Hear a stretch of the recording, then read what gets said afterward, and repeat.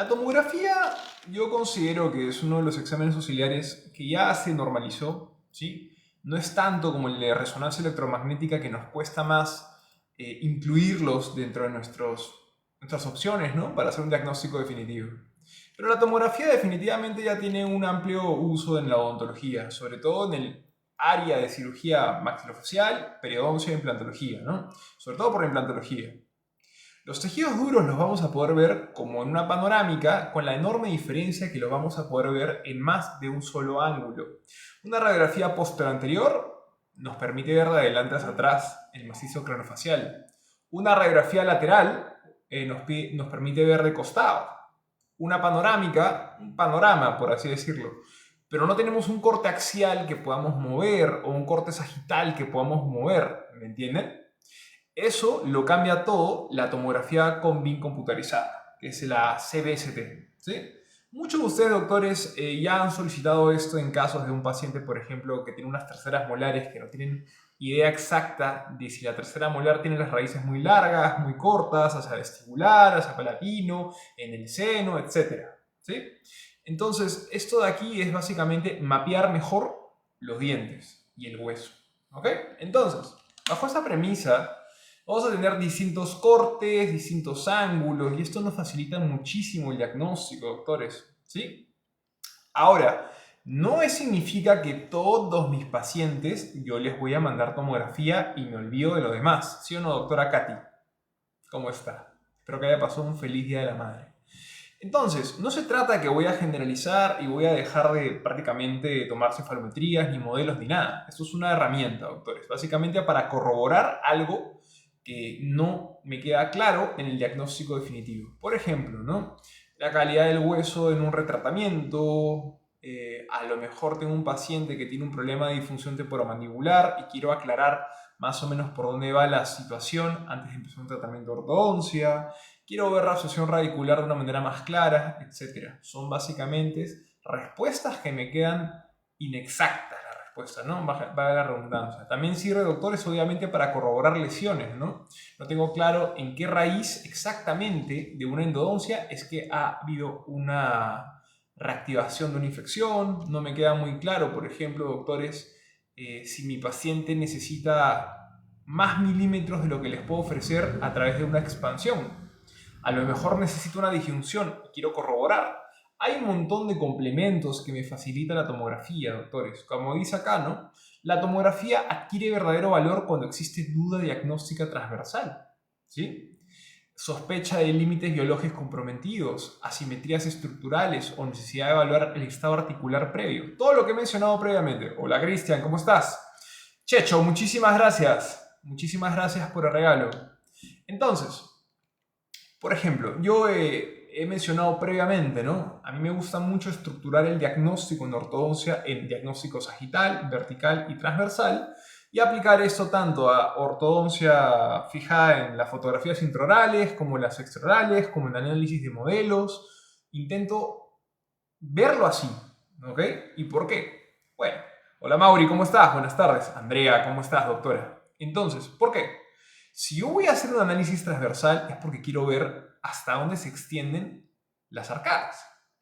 Claro, hasta dónde está esa distancia intermolar, esa distancia intercanina, ¿sí?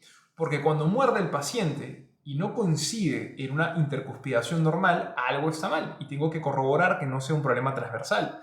O a lo mejor los dientes están bien, tienen una buena forma de arcada y aún así falta una expansión esquelética. Ahí es donde entra la tomografía. No solamente para medir, sino también para corroborar que la sutura está cerrada, ¿sí? Un paciente de 14 años me genera dudas, colocarle quizás un aparato de disyunción, es una buena manera de corroborarlo. O también, de paso, proyectarme a planificar un MARPE, ¿sí? Así es, sonrisas sanas.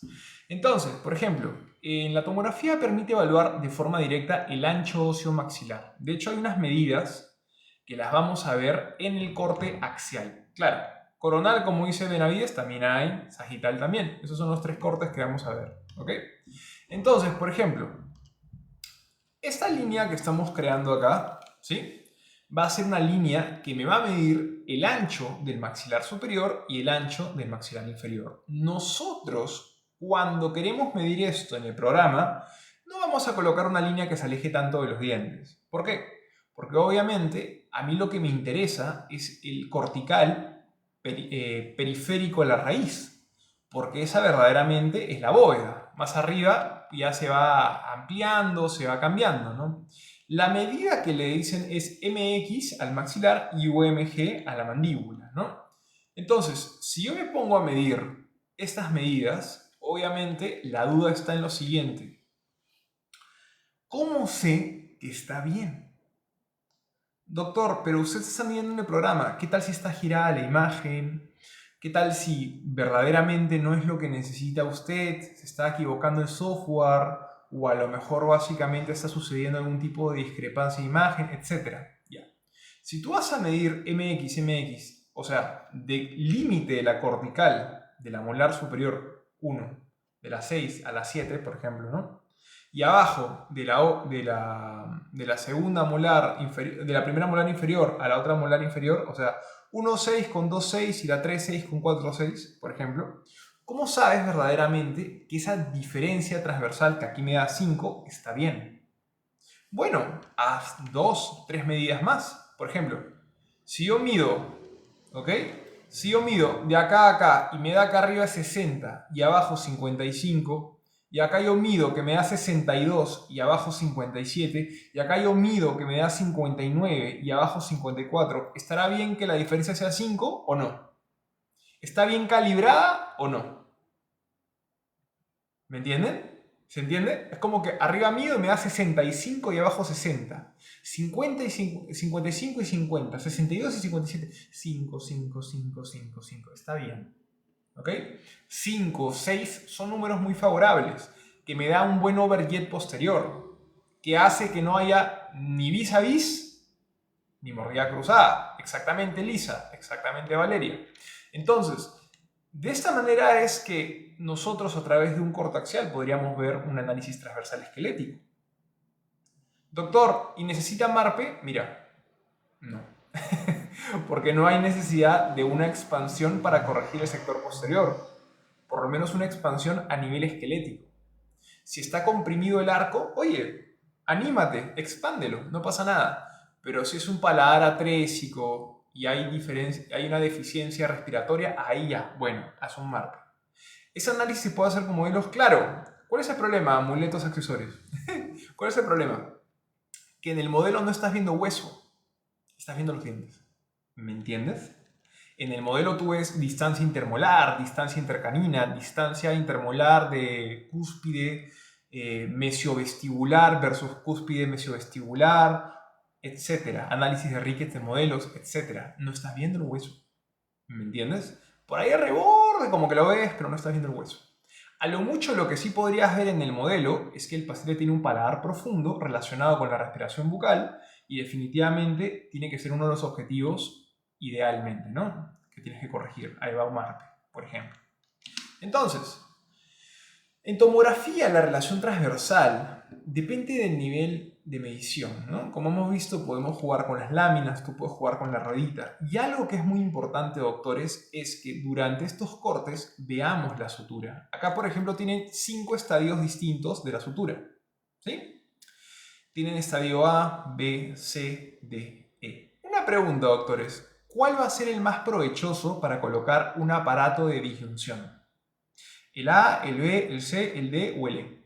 ¿En cuál sí o sí un Hyrax bien colocado en bandas de primeras molares y en bandas de primeras premolares haría una disyunción?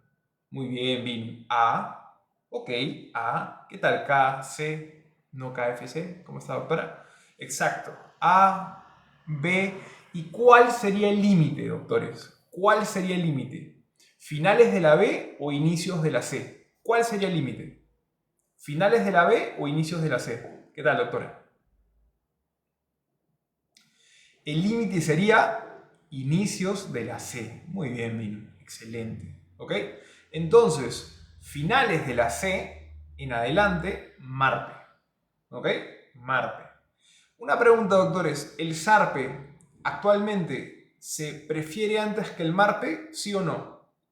El que no sabe qué es MARPE y de diferencia con SARPE, bueno, MARPE es básicamente una disyunción asistida con mini tornillos, mientras que el SARPE es una disyunción asistida por cirugía. Actualmente, doctores, muchos colegas prefieren, ¿qué cosa? Hacer MARPE. Porque el SARPE, como dice Jimmy, es quirúrgico y tiende a ser invasivo. ¿Ok? Lo que se hacen bastante es que cuando hacen el MARPE pasan una punta de ultrasonido para abrir un poco la sutura. ¿Sí? Básicamente como una micro perforación, pero no es invasiva, es básicamente el ultrasonido entrando y saliendo. ¿Sí? Es muy bien llevadero el MARPE a diferencia del SARPE. Por ahí los pacientes dicen que sienten como una presión en los senos paranasales. Dependerá mucho de la edad, efectivamente. Pero aún así te cuento, mira, yo trabajo con un maxilofacial muy bueno y ha perdido mucho entusiasmo por usar el SARPE. Siempre me comenta que el posquirúrgico es un dolor de cabeza, literalmente, para el paciente, ¿no? Y que en algunos casos de pacientes mayores ha empleado MARPE y todo bien. Funciona bien, la disfunción está bacán, el hueso lo acompaña. Bueno, ya es un tema de opinión clínica de él, ¿no? A lo mejor abrimos un metaanálisis y dice que ambos están perfectos y que más bien SARPE está indicado de tal edad a tal edad, con mayor éxito, ¿no? Bien, entonces, en la tomografía, el diagnóstico de la sutura palatina ya hemos visto que lo podemos hacer con una imagen, ¿sí? Podemos ver la sutura en qué estadio va, hemos visto que podemos ver la distancia esquelética de la arcada superior versus la arcada inferior y algo que también vale la pena mencionar es que se puede renderizar y planificar el dispositivo de MARPE que vamos a utilizar. Esto se hace con otros programas, ¿no? Por ejemplo, Ortho 3D Solutions, ¿no? Hay otros programas que nos permiten ver esto. Pero algo que yo siempre recalco, doctores, bastante, es que en los cortes axiales podemos corroborar cuando una pieza una pieza ectópica, ¿ok? Una pieza ectópica está hacia vestibular o está hacia palatino. Está hacia vestibular o está hacia lingual, ¿sí? Entonces, doctores, nosotros bajo ninguna lógica vamos a traccionar una pieza que está por palatino por vestibular, ¿ok? O por vestibular hacia palatino. MISMARPE también es una nueva técnica con mejores resultados. MISMARPE. A ver, doctor Gabriel, ¿qué tal? Excelente idea. Si puede, lo detalla de qué va en la caja de comentarios para que aprendamos todo. Entonces, es importante, doctores, que nos apoyemos muchísimo en las tomografías, ¿sí? A mí no se me va a ocurrir jamás planificar una tracción de una pieza supernumeraria solamente con una panorámica o con una radiografía lateral, doctores. Tenemos que corroborar esa pieza que vamos a traccionar hacia dónde está chocando con otros dientes. Si está hacia la zona vestibular o hacia la zona palatina, ¿sí? Entonces, bajo esa premisa, nosotros tenemos que ir tomando imágenes. Por ejemplo, el doctor Gabriel es un cirujano maxilofacial, ¿ok? El cirujano maxilofacial es su día a día toparse con dientes supernumerarios, con mesiodens, con neoplasias, con cosas que son lamentablemente no normales, ¿ok? Entonces, este tipo de cortes le permite ver a los doctores, cirujanos y a nosotros, dentistas generales o ortodoncistas, exactamente en qué plano está cada pieza y con qué choca, ¿sí? Entonces, de ahí la enorme relevancia que siempre corroboremos, doctores, con tomografía, hallazgos que no nos quedan claros o que pueden ser peligrosos en un tratamiento de odontología. Por ejemplo, si yo tomo una panorámica y veo una imagen entre radiolúcida y radiopaca, entre la 1.1 y la 2.1, y no tomo radiografía periapical, no voy a poder corroborar si es un mesiodens. Y si es un mesiodens y lo pongo radiografía lateral, a lo mejor la espina nasal como que lo camufla. Siempre, doctores, ante la duda, tomografía, ¿sí? Que después empezar un tratamiento de ortodoncia con un mesiodens o con un supernumerario o con una pieza que no va ahí, se van a meter un problemón legal. ¿Está bien? Excelente, Gabriel. Entonces, por ejemplo, miren acá, este es un tratamiento. Había un canino ectópico, empleando una biomecánica, No estoy diciendo que es la mejor biomecánica, ojo. Emplean una biomecánica y lo traccionan eventualmente. ¿Está bien? Esta información es fundamental porque permite decidir por dónde realizar el acceso quirúrgico. Por ejemplo acá, que lo voy a mostrar 5 segundos porque si no, ya saben cómo se pone TikTok. Entonces, doctores, esto nos ayuda a saber si lo vamos a traccionar por palatino o por vestibular. En ambas situaciones, yo les recomiendo con bastante énfasis en el anclaje que elijan anclaje esquelético. ¿Ok? Yo les recomiendo que elijan anclaje esquelético. ¿Está bien? De todas maneras, doctores, porque es mejor dirigir las fuerzas de tracción hacia un mini tornillo que dirigirlo hacia los dientes que no tienen nada que ver. ¿Ok? Si les está gustando la clase, doctores, por favor, regálenme un like. Espero que sea así. No se olviden de compartir el live. Eso me ayuda un montón. Voy a tomar agüita.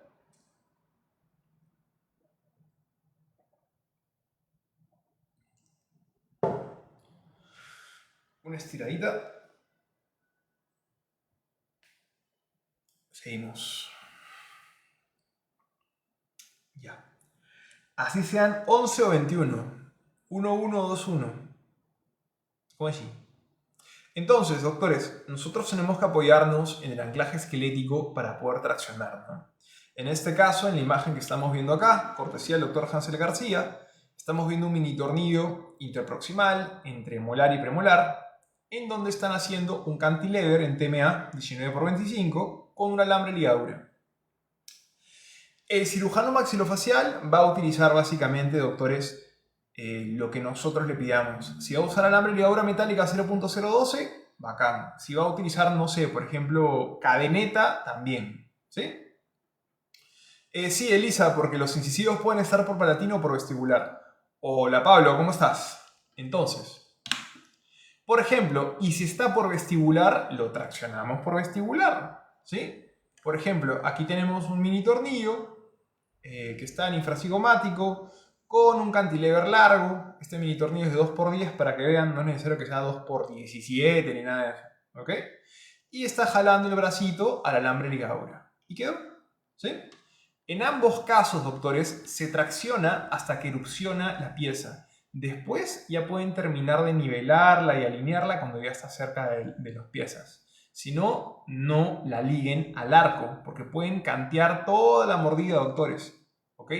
Es importante aprovechar el anclaje esquelético, doctores. Eso es lo más importante que podemos hacer hoy en día para que nuestro tratamiento de ortodoncia sea moderno. ¿Sí? El mini tornillo, los mini tornillos, incluso las mini placas que nos pueden instalar cirujanos maxilofaciales, como lo puede ser el doctor Gabriel, son muy útiles para evitar iatrogenia, para evitar mala praxis, doctores. Los movimientos en ortodoncia son muy celosos con el periodonto. ¿Sí? El periodonto no es un cheque sin fondo que podemos aprovechar, doctores. Es un recurso que tiene bastantes límites biológicos. ¿Está bien? Hay que tratarlo con cariño. Bien. ¿Para qué más nos permite una tomografía? ¿Para qué más podríamos utilizar una tomografía para poder ver en qué podemos mejorar nuestro tratamiento, o si vamos a hacer un retratamiento, o qué tipo de cuidado tenemos que tener con el hueso? Gracias, Checho, por los regalos. Muchísimas gracias, doctor. Te mando un fuerte abrazo. La calidad del hueso, doctores, es una manera muy buena de corroborar con la tomografía, donde hay reabsorción, donde hay posibilidades más altas de fenestración, ¿sí? Cuando evaluamos el hueso alveolar, por ejemplo, podemos ver un corte sagital de incisivos. Aquí podemos ver qué tan largo es el incisivo central. Miren, si la raíz está centrada en el hueso, en este caso tenemos una raíz que es el tamaño de la corona. Ahí tiene un pronóstico muchísimo más reservado. ¿Dónde va eso para evitar problemas? En el consentimiento informado.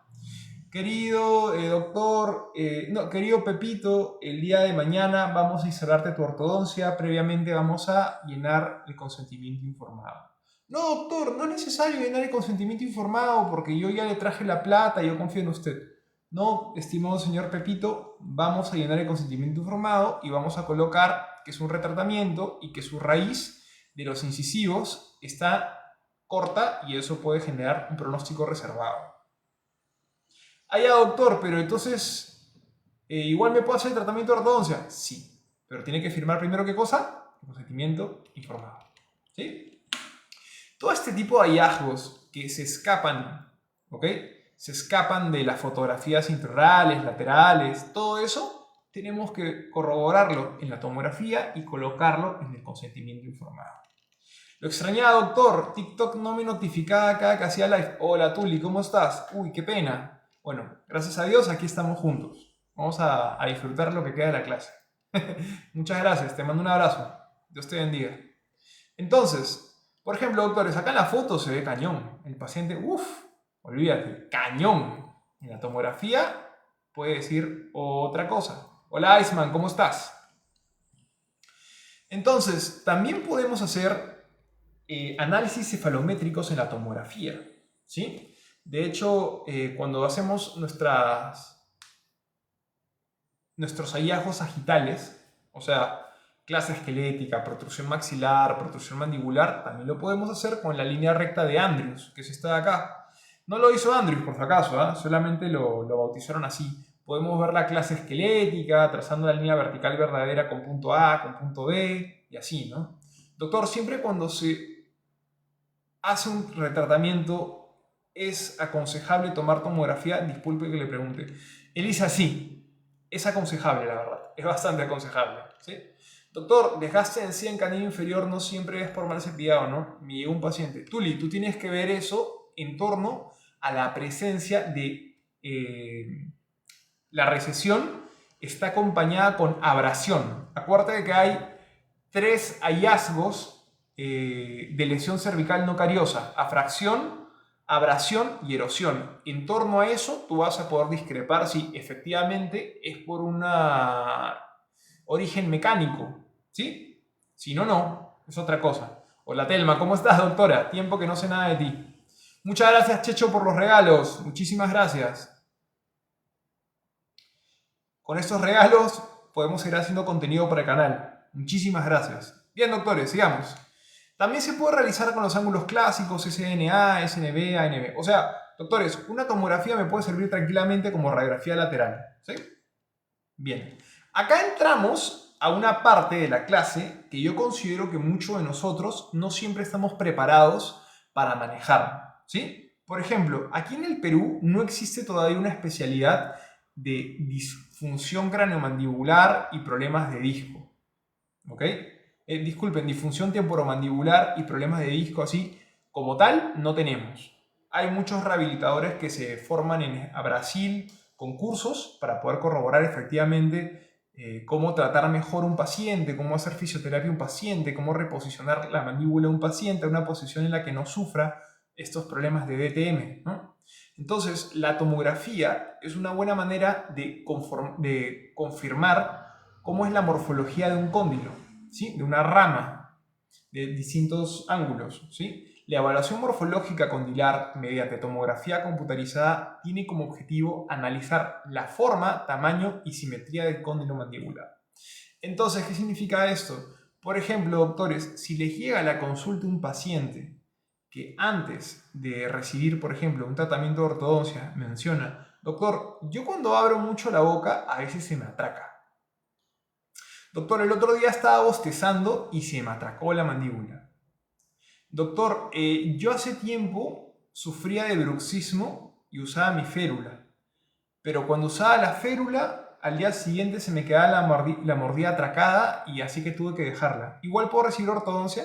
¿Qué creen, doctores? ¿Esos pacientes pueden recibir ortodoncia o no pueden recibir ortodoncia?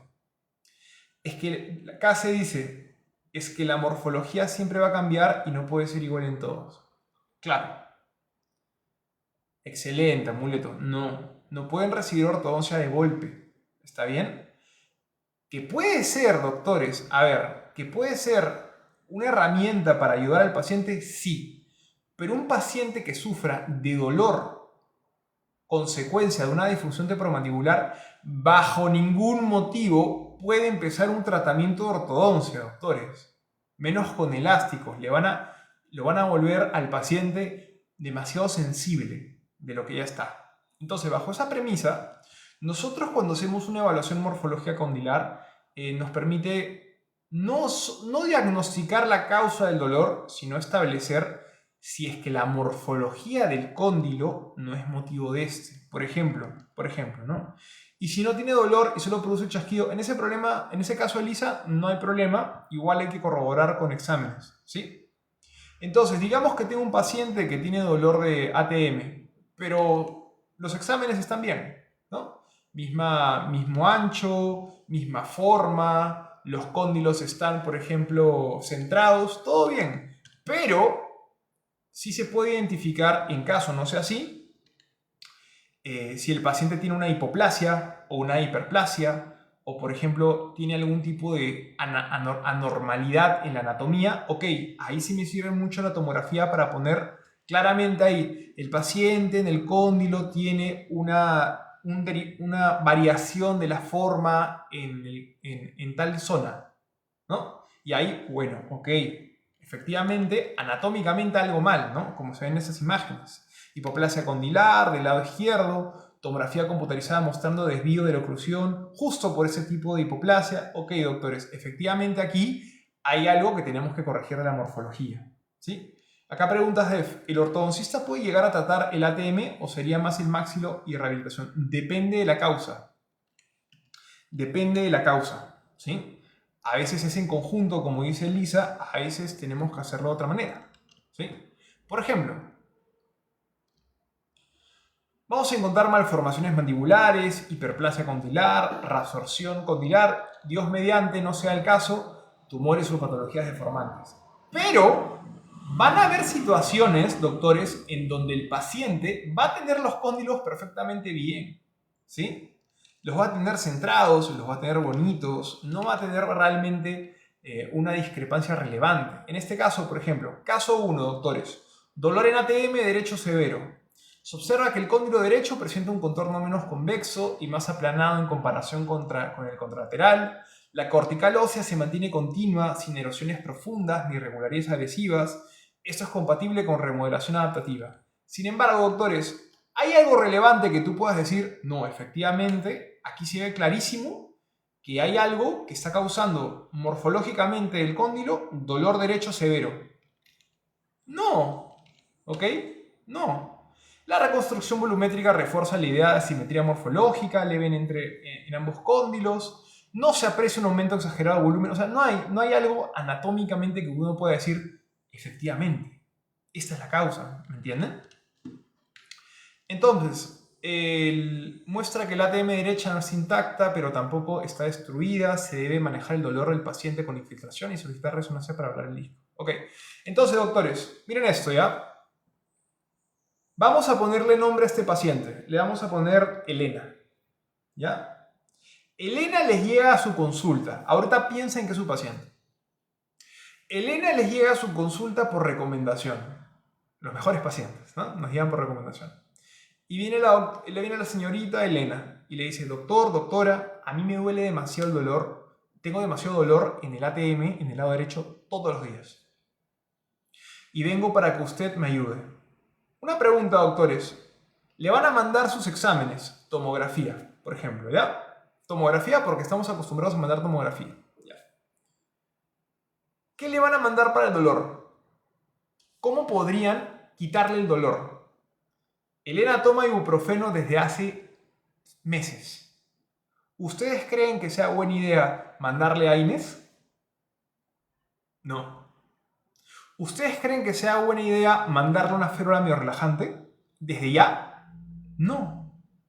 Ustedes tienen que auscultar, tienen que escuchar, tienen que palpar, tienen que tomar fotos, tienen que tomar video, porque tienen que verlo en movimiento. Pero doctores, hasta que ustedes tengan la tomografía, tienen que darle al paciente una manera de acabar con su dolor por lo menos un mes para que recupere el bienestar. Porque vivir con dolor a uno lo desquicia, ¿sí? Y no estoy exagerando, es la palabra correcta, te desquicia.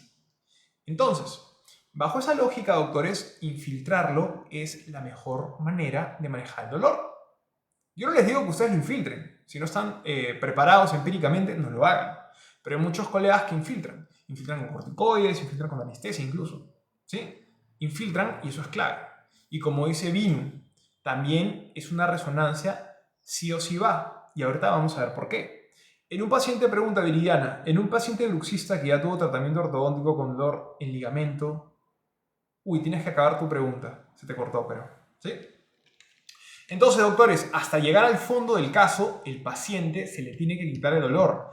Esa misma semana se tiene que agendar con un especialista, con alguien que sí pueda, infiltrar al paciente. Y ese paciente se va a enamorar de ustedes.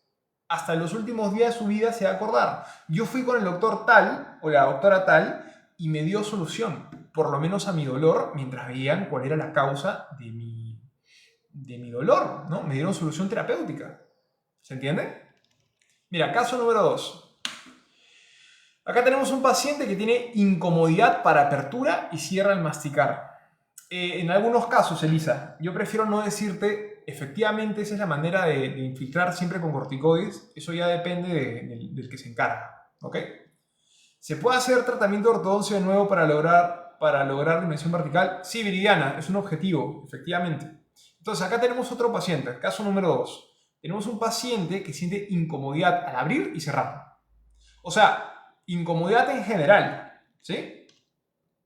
Hay una reconstrucción tomográfica del macizo craneofacial, no hay algo tan relevante respecto a los cóndilos, puede haber un poquito de asimetría, todos los pacientes tienen asimetría, pueden tener asimetría, disculpen, y efectivamente acá el cóndilo, ¿dónde está? En el centro de ambos. En términos imaginológicos, cóndilos centrados quiere decir que en el corte sagital el cóndilo se ve aproximadamente equidistante de la pared anterior y posterior, o sea, están bien, ¿sí? Ahora, muchos pacientes con dolor presentan cóndilos bien posicionados. Ojo, ¿ah? Tú puedes tener los cóndilos bien posicionados y tú puedes tener la morfología de los cóndilos perfectas, pero lo que no estamos viendo, ¿qué cosa es? El tejido blando, ¿sí? Y aquí es donde podemos ver el tejido blando. ¿Cómo se llama este examen? Resonancia electromagnética, ¿sí o no? ¿O esto es tomografía? ¿Qué dicen? ¿Esto será tomografía? No, no.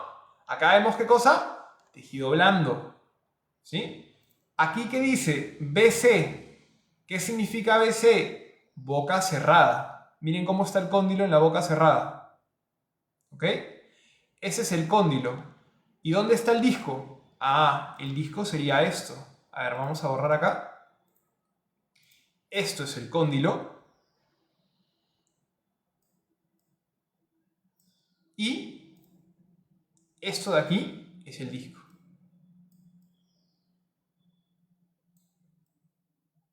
¿Ok? Una pregunta, doctores. Cuando yo abro la boca y cierro la boca, ¿el disco debería estar protegiendo mi cóndilo o es normal que esté hacia adelante? ¿Qué dicen? Miren, boca abierta y el disco no está acá. Boca cerrada y está hacia adelante. ¿Cómo se llama este problema? Porque el cóndilo no tiene por qué chocar con tejido conectivo de golpe. Eso genera malestar, eso genera dolor. ¿Cómo se llama este problema? ¿Mm? No, Tuli, en este caso da igual. El cóndilo siempre tiene que estar protegido por el disco, ¿sí? Lo que pasa es que el disco está teniendo un problema de desplazamiento anteromedial bilateral sin reducción, ¿sí? Ese es el problema. Ese es el problema. No se reduce, no regresa, se queda en una sola posición. Exactamente, Cristian. Y cuando el paciente abre la boca, el disco sigue desplazado. Y por eso todo el tiempo tiene una sensación de malestar porque hay tejido conectivo que está siendo aplastado por el cóndilo. ¿Se entiende? Es como que tú te pongas a jugar fútbol y tus rodillas no tienen su tejido, su disco que lo está protegiendo. Obviamente te va a doler. ¿Sí? En ambos lados los discos no tienen reducción y se encuentran hacia medial. Entonces yo les pregunto, doctores, ¿qué hacemos? ¿Férula miorrelajante encéntrica? A ver, ¿quiénes me dicen en la caja de comentarios férula encéntrica o férula en habitual? ¿O qué me dicen? ¿A qué se deberá ese desplazamiento? Dice Donovan. Es una adaptación incorrecta del disco. Puede ser que hubo algún trauma, puede ser que fue crónico, no se sabe, es multifactorial. Ya, Joel dice férula encéntrica, ya. ¿Quién más dice encéntrica? Guarda encéntrica, ya, perfecto. Tenemos muchos dentistas natólogos acá. ¿Alguien más dice habitual, encéntrica? ¿Qué dicen, doctores? ¿Cómo hacemos la férula? Acá en la caja de comentarios pueden colocar, doctores. Férula encéntrica, también dice el doctor Checho. Perfecto. Céntrica, céntrica. Hola, Ro, ¿cómo estás? ¿Qué tal, querida? Férula mordida habitual, ya. Una pregunta, doctores. A ver, si yo me pongo a pensar acá, ¿no? La férula miorrelajante es un acrílico, ¿no? De laboratorio que va en toda la arcada, ¿no? Algo así. El paciente muerde y la férula se puede hacer en habitual, se puede hacer en céntrica, donde quieran. Pero si bien vamos a evitar que haya desgaste entre los dientes, el paciente viene por incomodidad para apertura y cierre. ¿Está bien? La posición céntrica es hacia atrás y hacia arriba, ¿no? Eso es céntrica. Habitual es como muerde el paciente. Ya. En alguna de las dos, este disco que está hacia adelante va a regresar. Exacto, Elisa. ¿En alguna de estas posiciones va a regresar el disco a su posición? No. Si yo llevo el cóndilo hacia atrás, el disco no va a ir hacia atrás. Si yo mantengo el cóndilo en su posición, el disco no va a ir hacia atrás. Si el disco está hacia adelante, ¿dónde tengo que llevar el cóndilo? Si el disco está hacia adelante, ¿a dónde tengo que llevar el cóndilo? ¿Mm? Ah, hacia adelante. ¿Y cómo se llama ese tipo de registro? Registro de avance, como en un Bionator de clase 2. ¿Sí? Ah, entonces, por ejemplo, ¿se entiende? Una terapia con férula de reposicionamiento anterior. ¿Se entiende? Esto obviamente lo diseñamos quizás partiendo de céntrica, quizás partiendo de habitual, pero lo tenemos que diseñar hacia adelante. Porque si tú no colocas el cóndilo debajo del disco, no va a mejorar el paciente. ¿Está bien? Y vamos monitoreando cómo le va al paciente.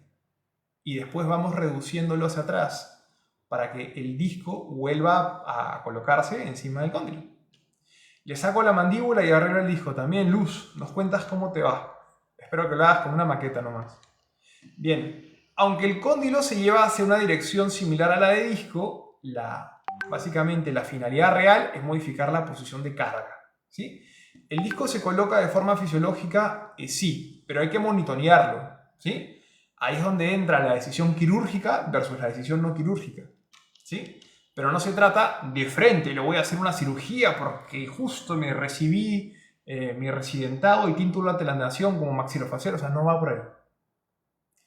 Entonces, doctores, a veces la morfología puede generarnos problemas, pero hay pacientes, como dice acá System, soy paciente con cóndilos asimétricos, en donde no puede haber problemas, donde no necesariamente hay problemas, ¿se entiende? Por eso hay que revisar el disco siempre ¿con qué? Con resonancia. La resonancia es sumamente importante, porque es el único examen que tiene verdaderamente una revisión de los tejidos blandos, en este caso el disco. Por ejemplo, acá se está generando una férula miorrelajante.